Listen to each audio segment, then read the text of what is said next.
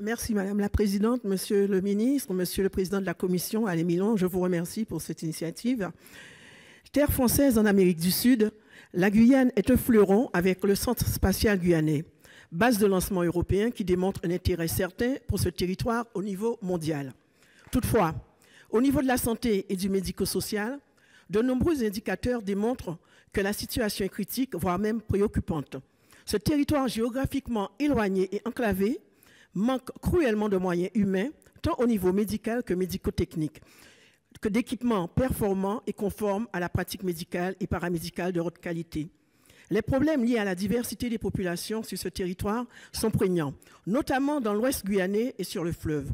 Il est important de prendre en compte la santé des femmes, l'accompagnement périnatal, compte tenu du taux de mortalité infantile. Mais surtout, également, et il est urgent d'ailleurs, de mettre en place la prévention primaire et d'éducation à la santé de façon innovante et plurilingue sur les maladies infectieuses et celles relatives à la santé sexuelle et reproductive jusqu'à la démarche de parentalité. Les problèmes liés à l'attractivité médicale, mais surtout la nécessité d'avoir des maisons de santé pluridisciplinaires pour couvrir au mieux ce territoire étalé avec des distances importantes entre les différentes communes. Interrompues depuis 2005, les collectes de sang doivent être revues. En effet, il est impératif de prélever le sang en Guyane pour répondre aux besoins liés à la prise en charge des patients drépanocytaires pour éviter les résistances auto-immunes.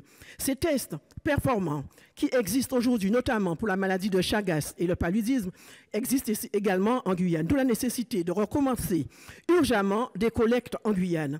Il faut limiter les transports du sang depuis l'Hexagone ou des Antilles, et particulièrement les plaquettes qui ont une durée de vie très courte. Par ailleurs, il serait également nécessaire de penser à une évolution vers un CHU pour la Guyane. Ma question est la suivante.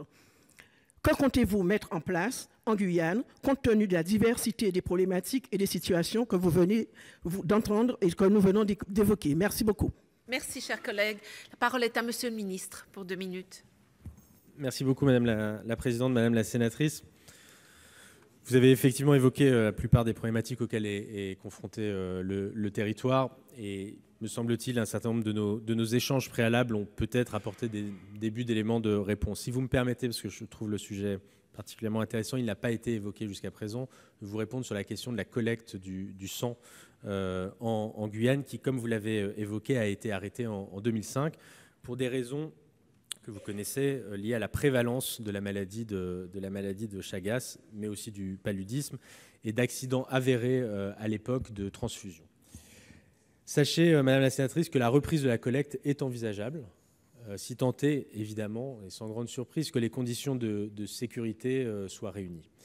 Une expertise, c'est-à-dire à la fois une analyse épidémiologique sur le Chagas, le palu et le VIH, et aussi les différents scénarios à retenir. Cette expertise a été demandée à l'établissement français du sang et conjointement avec Santé publique France, afin de nous faire état de la situation et de pouvoir éclairer notre décision quant au rétablissement de la collecte de sang dans le territoire. Voilà, donc nous vous tiendrons au courant de l'avancée de cette expertise et des décisions qui en découleront, si vous le souhaitez, évidemment.